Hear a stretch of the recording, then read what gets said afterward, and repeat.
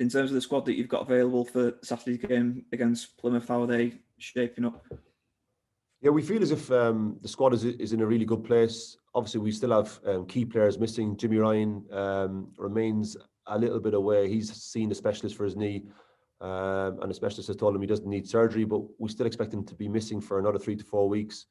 That's still recovering from that tackle he had in the corresponding Wigan fixture at Wigan, so that's been a difficult spell for him. Jake Beasley's foot has healed well, but still won't be available, we don't think, for another 3 or 4 weeks. And Stephen Dooley has had good news from the specialist in terms of he doesn't need surgery, but again, we still expect him to be missing for a 2-week period. And Jack Fail obviously played in a practice match for us last Wednesday and just tweaked his hamstring, so he's likely to be missing for 3 weeks. So those things have been kind of constant trends in the season, especially this season. But the squad is competitive and there's real competition for places. And we found that, I suppose, on Tuesday night it was clearly evident that when we made changes, it had a really positive impact on performance. And the challenge for those guys is to really take that competition to the next level. And there's no guarantees, in terms of who plays, and that can only be a good thing for our squad. We also had the game on Wednesday night, the Central League Cup fixture against Fleetwood, 1-1 draw, the result. But your thoughts on the performance and the players that played? Yeah, very important from our point of view to continue with that. With that setting of Paul McShane came back in and had a great return to action. So he got 45 minutes, and that combination of our young players playing with him is something that we value very highly.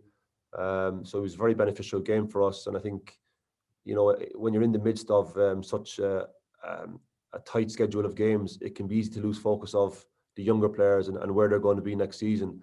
And we've already seen the fruit of last season's work with the likes of Quadro Ba, Ethan Brearley coming on this season. So it's very important that we remain very focused on developing our younger players and improving all players at our club. And those games on Wednesday night are a key part of that.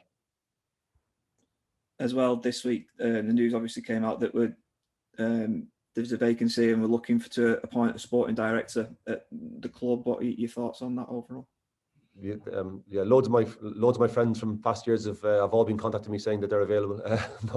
I think from my discussions with David over quite a prolonged time, he's been massively intent on improving all aspects of the club, and we have been understaffed for a long period of time in the different areas of the club. So it's pretty common, I think, in Europe and now in the UK. It's becoming a very common scene to see a sporting director or a director of football to, I suppose, link the different areas of the club together.